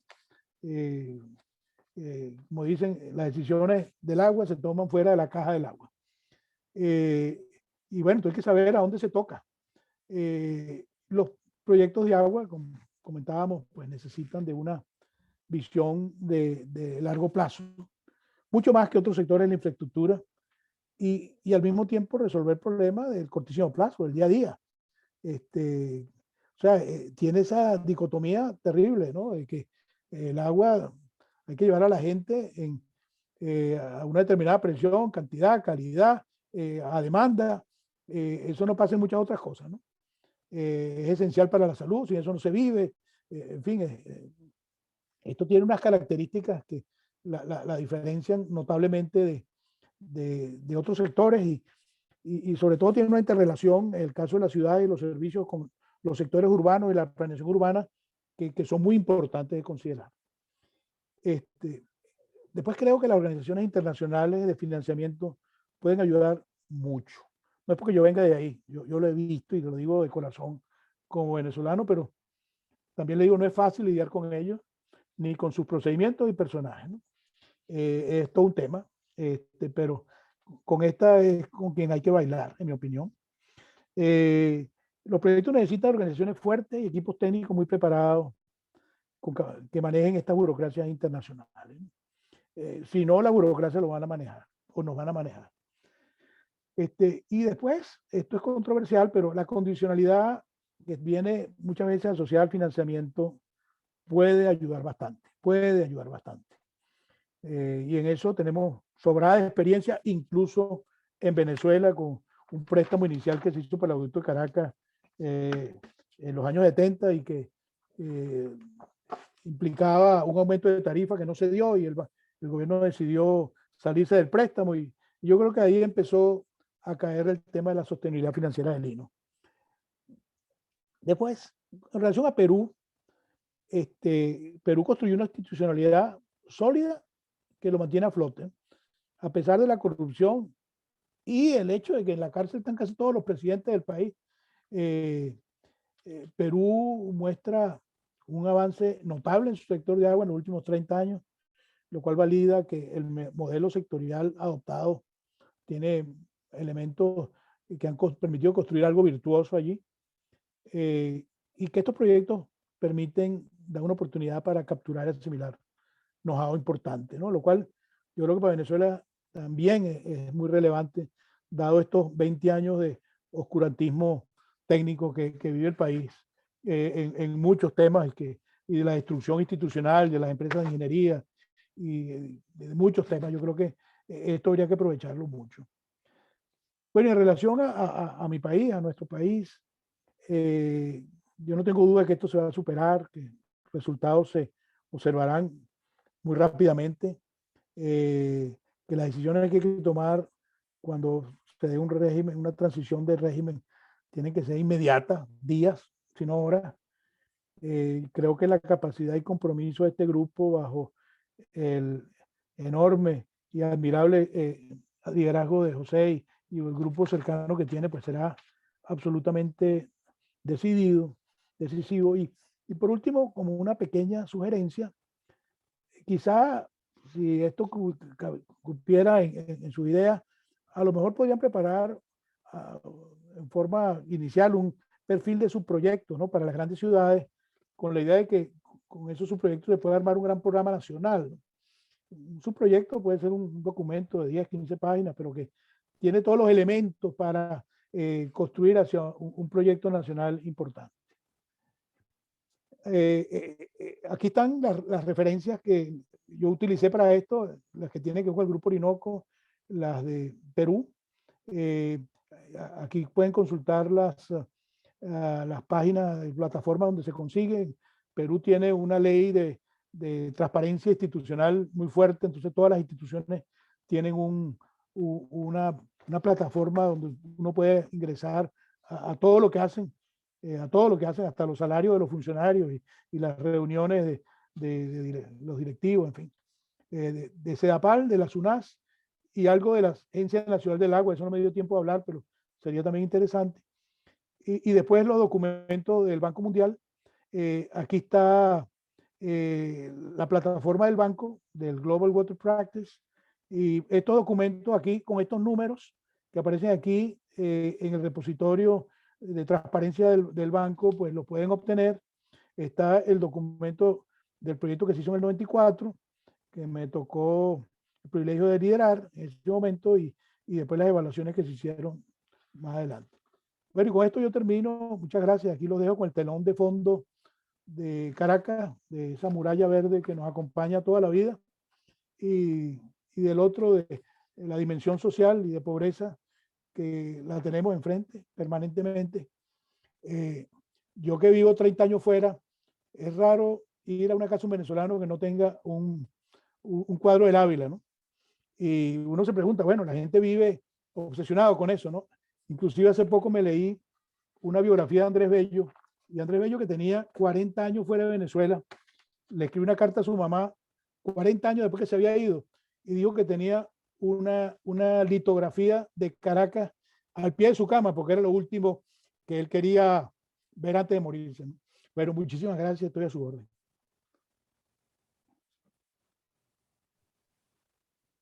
Muchas gracias, profesor, por su presentación. Gracias a nuestros participantes. Ya comenzaron a hacer preguntas por el chat. Sé que hubo algún tipo de inquietud respecto a la presentación, pero bueno, ya terminando la misma. Los primeros mensajes estuvieron relacionados a eso, ¿no? Aquí nos pregunta Jais Flores, disculpen, esa ruta del agua es del documento elaborado por el Grupo Orinoco en septiembre de 2018. Sí, sí, claro, ese.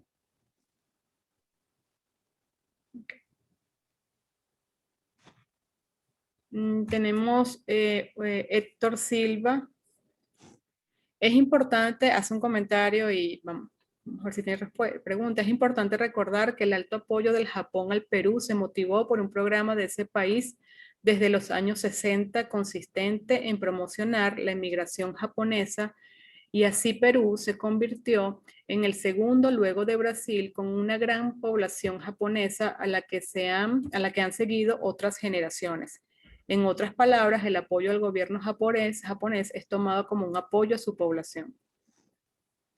Es más un comentario.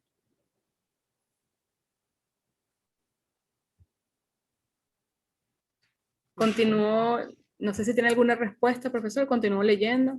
No, continúe. ¿Cuáles fueron las inquietudes? Está más relacionada con lo que ha sido la relación y por supuesto el aporte del gobierno japonés en cuanto a la inmigración y la gran población que tiene ese país en nuestras regiones. Bueno, sí, claro que sí, eso es verdad. El Perú tiene primero una población china más antigua, ¿no? Que fueron llevados al Perú para trabajar en la hacienda azucarera del norte. Y después de la Primera Guerra Mundial y vinieron al Perú una inmigración japonesa importante, un programa deliberado de traer japoneses a Perú, pero yo creo que este apoyo de Japón al Perú en ese momento tenía que ver mucho con la figura de Fujimori, porque era japonés, hablaba japonés, incluso tiene nacionalidad japonesa y era como una deuda histórica y hay una relación fuerte, ¿no? Los japoneses tienen un hospital ahí importante, una asociación que le da apoyo a los ancianos de origen japonés. Pero una anécdota interesante es que Fujimori, que era un profesor de la Universidad de La Molina, había sido rector de la Universidad de La Molina, pero un hombre poco elocuente, ¿no? No es una persona que se expresa bien, inclusive el castellano no lo habla con mucha fluidez, digamos. Él cuando lo eligen, él lo toma de sorpresa, ser presidente, él incluso sale presidente sin ningún programa armado, ¿no?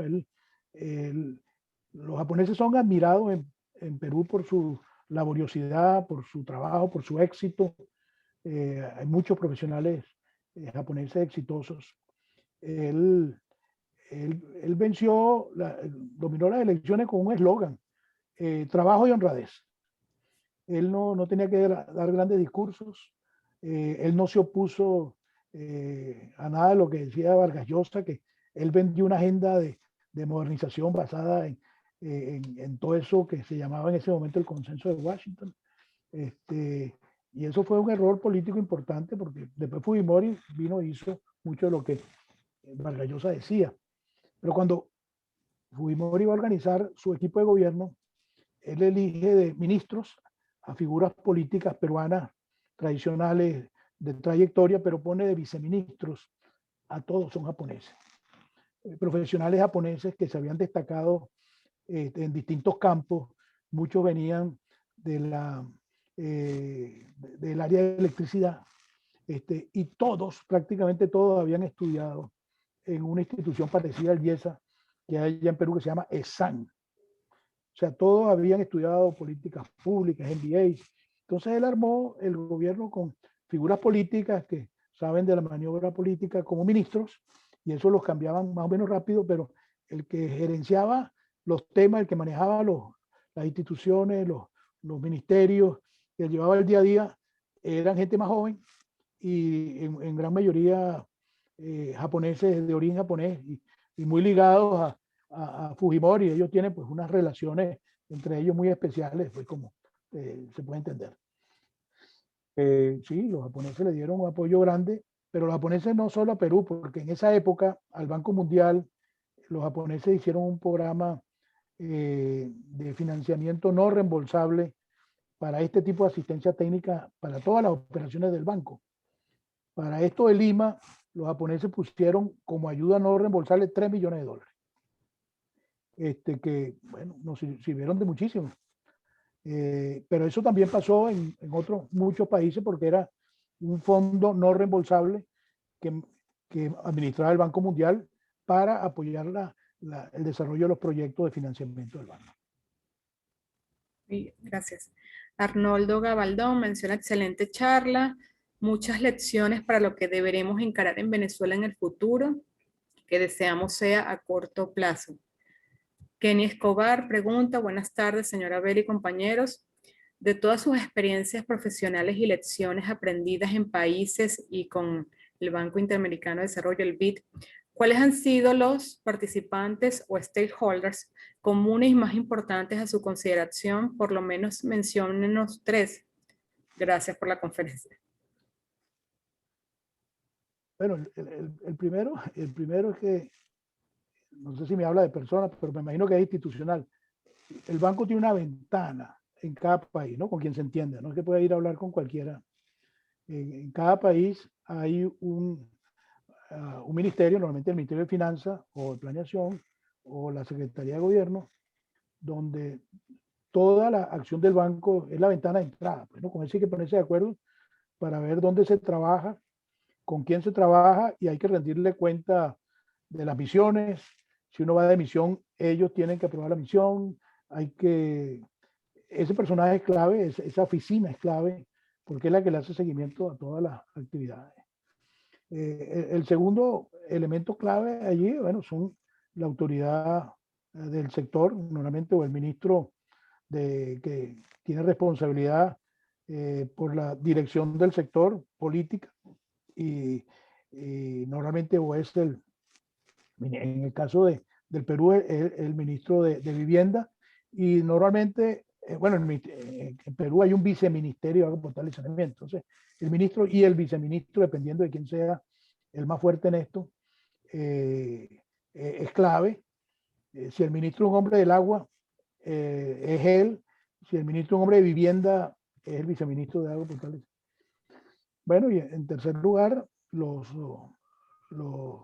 gerentes de las empresas. Y bueno, después los gremios profesionales, muy importantes. En Argentina, cada país tiene sus peculiaridades. En Brasil hay una agencia especial dentro del Ministerio de Planificación que se ocupa de la relación con los bancos y coordina y sincroniza los trabajos de los distintos bancos y normalmente son muy capaces de manejar todo el tema de las negociaciones de los préstamos. Una cosa que no les comenté, que es bien importante y la cual yo sigo trabajando día a día en eso, ¿no? Mis trabajos actuales con el banco es que cada misión deja lo que llama una ayuda de memoria, ¿no? Una ayuda de memoria, uno va allí una semana o dos, las misiones de 6, 7 personas, se ven distintas cosas y después se arma lo que llama una ayuda de memoria, que en el caso del banco es una cosa muy detallada, ¿no? Muy detallada, donde se discuten todos los aspectos de la ejecución de los proyectos como en 4 grandes vertientes, ¿no? Una vertiente es los temas de la ejecución del proyecto mismo, el cumplimiento de todas las funciones y compromisos fiduciarios. Lo importante es que el proyecto se ejecute rápido, que las licitaciones se hagan, que los temas ambientales se manejen bien, si hay algún tema social. Esa es una vertiente y ahí participan mucha gente, ¿no? El segundo es el tema técnico, de todas las asistencias técnicas. El tercero es el tema de reforma política, temas legales, temas regulatorios, temas institucionales. Y el cuarto es de coordinación de los donantes, ¿no? Casualmente en este momento yo estoy en una misión virtual con Palestina. Yo tengo una idea del Banco Mundial. Hoy, antes de esta reunión, estamos conectados 20 personas. 20 personas con personas de la Autoridad Palestina y con el Palestinian Water Authority, que es nuestro contraparte. Y bueno, y de ahí sale todo un cronograma de trabajo, de próximos pasos, con pendientes, y eso se revisa cada 4 o 5 meses, ¿no? Esa es la práctica de trabajo. Entonces, todos los que participan en esas reuniones, en esas 4 vertientes, pues son muy importantes, ¿no? Por ejemplo, en Palestina y en otros países, por ejemplo, en América Latina, el BID es un socio importante con el que hay que coordinar muy estrechamente y en todo lo posible, con la CAF también, pero en estos otros países del Medio Oriente, la Unión Europea es muy importante, apoyo de los alemanes es muy importante, la Agencia Francesa de Desarrollo es muy importante, porque ponen dinero, y los japoneses también son importantes allí. Eso es. Gracias.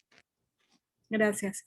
Belkis Echenique pregunta, ¿el proceso de expansión de cobertura en pueblos jóvenes estuvo acompañado del catastro y facturación? Bueno, eso sería objeto de otra discusión, ¿no? Porque hay un tema de que lo mencioné muy tangencialmente, el tema de la ocupación informal del suelo, ¿no? Porque la empresa no puede entrar y trabajar en terreno que no hay propiedad plena, ¿no? Porque, bueno, son los propietarios originarios de la tierra, van y demandan a CEDAPAL porque aunque esta tierra está ocupada hace 10 años, o 15, o 20 o más, por casa, y hay un desarrollo grande, pues legalmente eso sigue siendo propiedad de una persona que tiene un título. Entonces, eso fue todo un tema, y eso se relaciona mucho con todo el tema del otro sendero, ¿no? Hernando de Soto, que su gran programa es la regularización de la informalidad en Perú, empezando por la propiedad de la tierra y la propiedad de los inmuebles que están sobre la tierra, de que esos activos, que son los únicos activos que tiene esa gente, no lo puede usar para nada, están inmovilizados, no reciben de garantía para nada. Es un activo que tiene la economía, que está allí construido con mucho esfuerzo, pero que a la hora de utilizarlo para ir a un banco y pedir un préstamo apoyado en eso, no lo puede hacer. Entonces, el tema de los pueblos jóvenes, lo que nosotros financiamos en el proyecto fueron lo que se llaman las obras secundarias, lo que eran las instalaciones dentro del pueblo joven. Dentro del pueblo joven lo hacía cada propietario o la asociación de vecinos con ayuda de un banco del Estado que les daba, no sé cómo se llama, Foncode, que le da un préstamo directo a la persona. Y eso es un cuento largo, pero ellos se hacían cargo de la construcción de las redes primarias. Lo que hacía el proyecto era llevar el agua desde la tubería principal hasta un reservorio que quedaba cerca donde se enganchaban estas redes primarias, ¿no? Esa coordinación fue compleja, complicada. Ahí hay todo un tema de deuda importante. Eso, de algún momento, si quisieran, pues lo podríamos discutir en más detalle, porque no sé exactamente su paralelismo en Venezuela, pero pueden haber algunos puntos en común y puede ser una discusión que les pueda interesar, ¿no? Gracias. Gracias, profesor. Tenemos otros comentarios y preguntas. Sergio López, buenas tardes, excelente su conferencia y agradecido con todo el equipo. Menciona, en la etapa de monitoreo y control en el Banco Mundial, ¿aplican el método del valor ganado, entre otros indicadores, para el seguimiento del proyecto? Bueno, no sé exactamente qué es eso del valor ganado. Quizá me lo pudiera explicar un poquito, a lo mejor sí, pero no sé exactamente a qué se está refiriendo. Y bueno, vuelvo a leer, en la etapa de monitoreo y control en el Banco Mundial, ¿aplican el método del valor ganado, entre otros indicadores, para el seguimiento del proyecto, aunado a otros? En casos negativos, ¿cuáles KPI aplican? Bueno, la referencia que tienen allí en la referencia del proyecto de Lima, que yo conozco muy bien, ahí puede ver cuáles fueron los indicadores que se utilizaron de monitoreo y cómo se evaluaron, ¿no? Lo que sí tiene el proyecto, una muy cuidadosa, muy juicioso análisis económico de los beneficios y los costos, ¿no? Esa es una de las grandes ganancias de trabajar con el Banco Mundial, de que en eso es extremadamente juicioso. Y por supuesto, para hacer esas evaluaciones se hacen muchas assumptions, pero la verdad es que ayudan muchísimo a aclararse realmente cuál es la mejor alternativa y cuál es el corazón del problema que estoy resolviendo, ¿no? Ese ejercicio de profundizar en la evaluación económica, yo creo que es uno de los grandes valores añadidos del banco. Realmente no sé si le respondo la pregunta, pero eso del valor ganado no sé exactamente a lo que se está refiriendo, ¿no? Gracias. Voy a continuar. Tenemos comentarios. Ninoska Estacio, excelente proyecto y exposición magistral. Muchas gracias. Celina Matos, muchas gracias. Saludos. Joana Córdoba igual, agradecida. Enrique Narváez, excelente ponencia. Felicitaciones al ingeniero Mejías. Aníbal Rosales, excelente presentación. Muchas gracias. Y hace una pregunta, ¿podría comentar los problemas con el componente cuencas hidrográficas en Lima? Bueno, eso también sería motivo de otra. Yo creo que es interesante. Yo le puse ahí un documento sobre la Agencia Nacional del Agua y un documento que se refiere a la Organización de Cuenca para Lima, como está hoy, ¿no? En su momento, yo quizá un poco ingenuo, ahí le pedimos ayuda a los franceses, de que nos ayudaran, como Lima es tan dependiente de las tomas directas de estos ríos, hay un severísimo problema de contaminación en el río Rímac por la actividad urbana, la actividad industrial, la actividad agrícola guardia, pero sobre todo la actividad minera. Hay un problema de minerales pesados. Le pedimos ayuda a los franceses y ellos mandaron unas misiones que nos acompañaron, tratando de ver cómo adaptamos algo de la experiencia francesa con las agencias de financiamiento por cuencas, ¿no? La idea era crear una autoridad del agua para la parte alta de la cuenca del Rímac. Con esta ayuda, inclusive el proyecto tenía unos recursos para financiarla por 2 años, hacer algunos estudios, algunas cosas. Pero eso requería una consulta y un ponerse de acuerdo muy largo.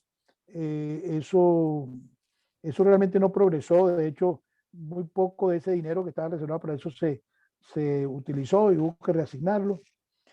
Pero 15, 20 años después, también con apoyo del banco y también yo participé, se creó la Agencia Nacional del Agua, que yo creo que se modeló un poco con base en la Agencia Nacional del Agua de Brasil, que ven el agua como un commodity a ser regulado, una agencia reguladora de los derechos, usos y del agua. Yo creo un concepto muy interesante, creo que es un concepto moderno que se está imponiendo en varios países cercanos, que me parece que Aníbal y el grupo lo podría mirar con más cuidado, como parte de las cosas que se quieren hacer mirando hacia adelante la política hídrica de Venezuela, ¿no?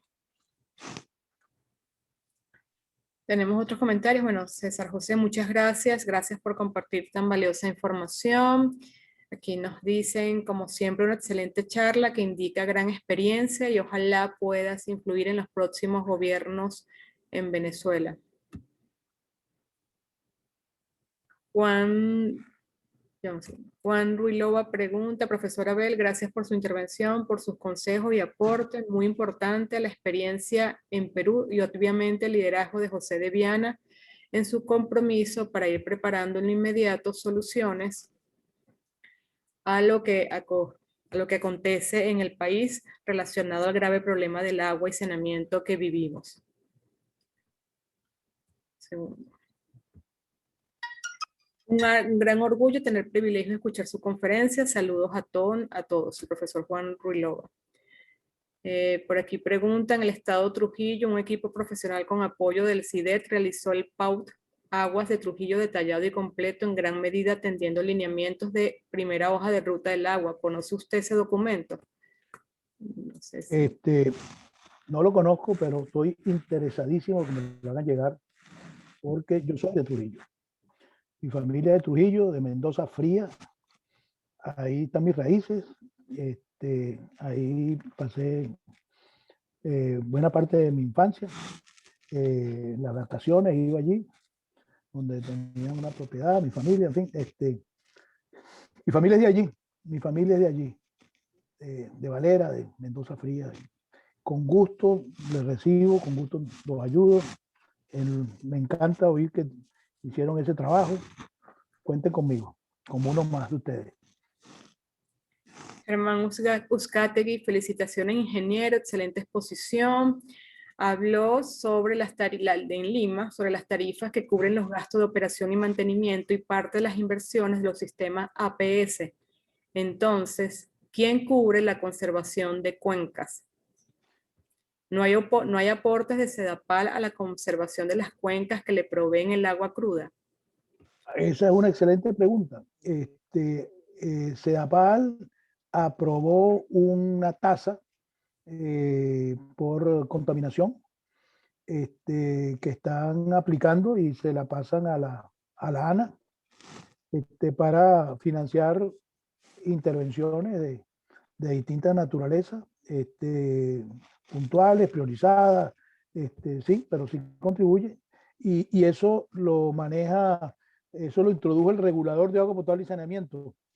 Si entran en el portal de la SUNAS, allí van a encontrar cuál es la tasa de retribución para los temas de recursos hídricos y de agua tratada.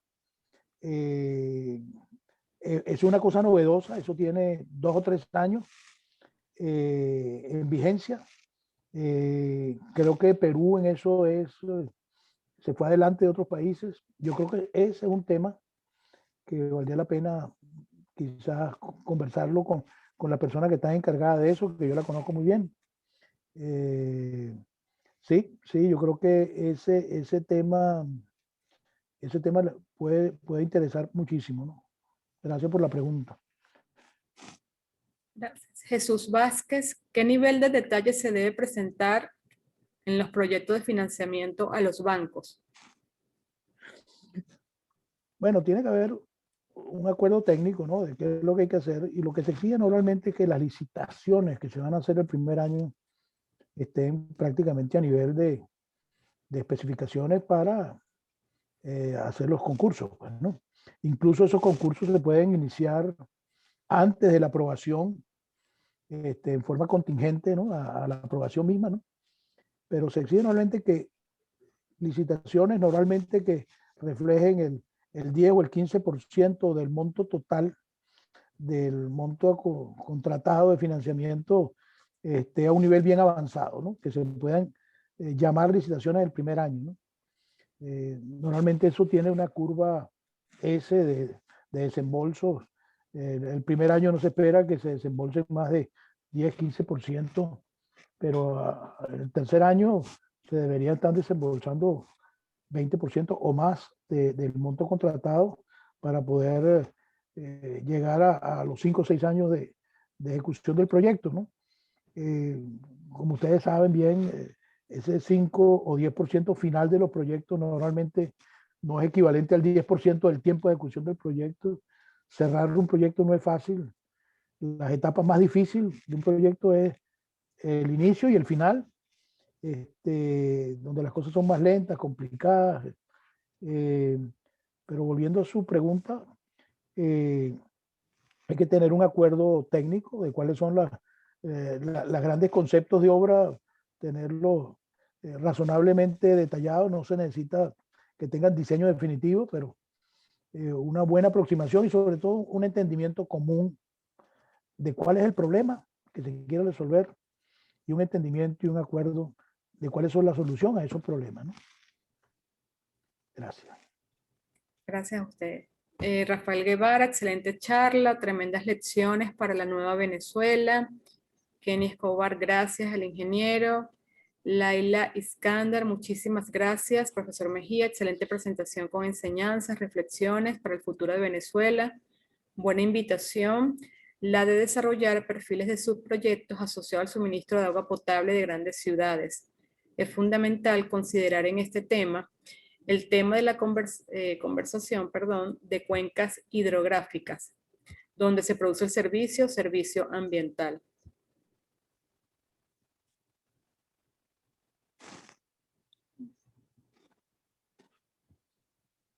Tenemos también, continuamos leyendo, felicitaciones por su interesante y documentada charla. En el caso de Lima, el tema de la electricidad para bombeo era tan crítico como lo es para Caracas. ¿Y qué referencia tenemos hoy en día para el caso de Caracas? Bueno, creo que lo de Caracas, el problema de el consumo eléctrico para Caracas es mucho mayor, porque los bombeos en Lima, el agua viene por gravedad de la montaña, ¿no? El consumo eléctrico va mucho más asociado al bombeo de la red principal, que es por gravedad, a elevarla a los reservorios, y el tema del bombeo agua subterránea, ¿no?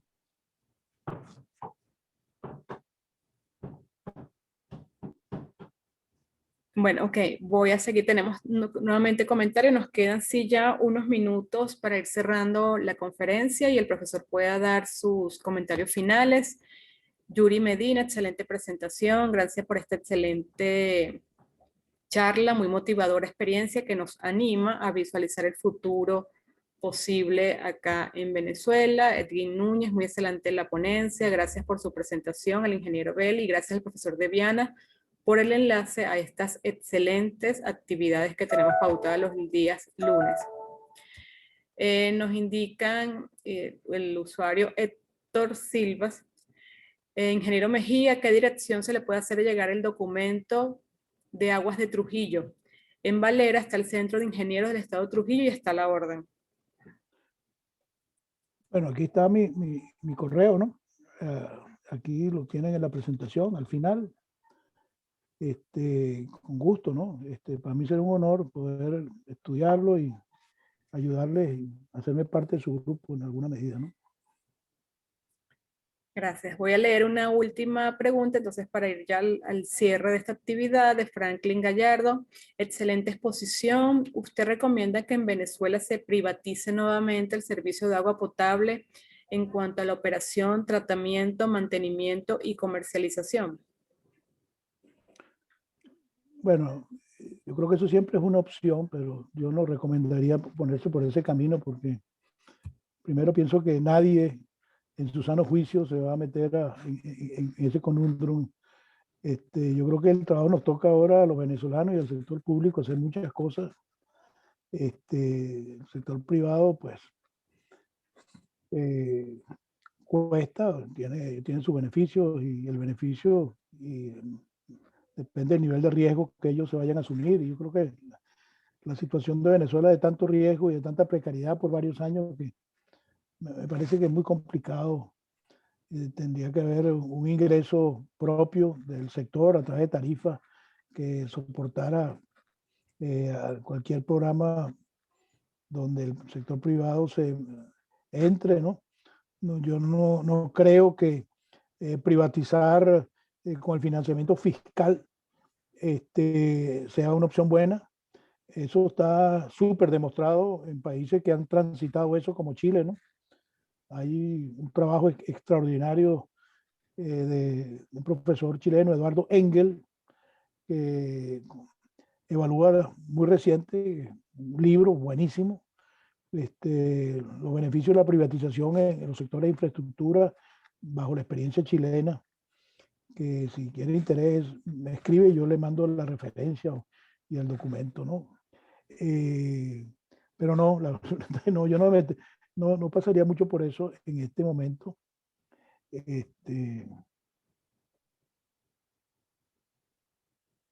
Gracias, ¿no? Gracias a usted por tan motivadora y grata experiencias en esta charla. Se finalizaron las preguntas a través del chat, unos comentarios finales. Bueno, no mucho, ¿no? Agradecerles nuevamente su muy amable invitación a José, a quien quiero y admiro profundamente. Un honor estar acá con ustedes, quedo a su orden.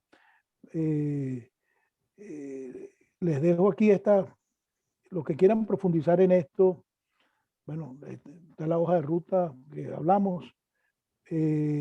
Aquí pueden entrar a ver el plan maestro de CEDAPAL, todas las disposiciones de gobierno corporativo que ellos tienen, el sistema de gestión de la empresa misma, que creo que eso les puede ser de utilidad. Está muy detallado. Después la agencia reguladora, están estos planes maestros optimizados, que es los que sirven para determinar la tarifa cada 5 años, ¿no? Entonces, este documento además tiene con mucho detalle las metodologías que se siguen. A la persona que me preguntó los indicadores de gestión, pueden ver cómo se sigue el benchmarking regulatorio y realmente la SUNAS es el gran repositorio de información y también tiene pues su sistema de gobierno corporativo que protege las decisiones de la SUNAS, que muchas veces no son, no la reciben el gobierno con cariño por razones de la contingencia política y de otras presiones. Yo creo que eso les puede ayudar bastante. Y a las preguntas de Aníbal yo creo que es interesante ver el Sistema Nacional de Información de Recursos Hídricos que han montado allí en el ANA, y esto lo han hecho en tiempo relativamente corto, ¿no? Corto digo 10, 12 años. Pasaron de casi cero, no existía, esto era una dirección, todo el tema de recursos hídricos se manejaba como una dirección del Ministerio de Agricultura. Hoy día es una agencia que tiene un carácter cuasi independiente, pero colgada administrativamente del Ministro de Agricultura. Tiene muy interesante cómo se financia, tiene recursos fiscales importantes porque reconocen que el tema de la gestión hídrica es un bien público que tiene que financiarse, recibe financiamiento de los bancos, el banco tiene un par de proyectos grandes ahí para ayudar a la formación de esta agencia. Y les paso algo que tiene la ANA, un modelo WIP, yo creo que Aníbal va a saber lo que es, ¿no? De las cuencas estas que alimentan a Lima, es una referencia que les puede ser de interés. Y por último, están los documentos del Banco Mundial, están las evaluaciones ex post, son las últimas dos, el proyecto como fue diseñado en el año 93-94, también está disponible. Yo creo que, modestia aparte, creo que es un buen documento referencial. Este fue el primer gran trabajo que me tocó hacer cuando llegué al banco y fue realmente una experiencia única y que valoro muchísimo y que me ayudó mucho durante mi trayectoria en el banco. Y el Global Water Practice tiene una plataforma de información fantástica, ahí se pueden inscribir y los notifican directamente. Tiene el banco una elaboración intelectual notable. Ahora mucho, por ejemplo, pueden mirar todo lo que está haciendo en el mundo a nivel del COVID y el sector agropecuario y saneamiento. Hay una plataforma de discusión semanal sobre distintos temas que se reflejan ahí en esa plataforma. A esto le puede interesar a Jacobo y a otros. Hay un trabajo que se está haciendo ahora con varios países de América Latina para la transferencia de tecnologías e innovación. Yo después puedo comentarle eso más detalle a Jacobo. Pero les recomiendo un buen paseo por este website del Global Water Practice, ¿no? Bueno, y con esto, bueno, me despido, les agradezco, úsenme, yo estoy a disposición, sigo muy activo, sigo al día en estas cosas, en mi vida, le he dedicado toda la vida a esto y bueno, voy a seguir hasta que me dé el cuero. Gracias. Feliz tarde. Muchísimas gracias. Feliz tarde a todos nuestros participantes e invitados que estuvieron acompañándonos el día de hoy. Profesor José María,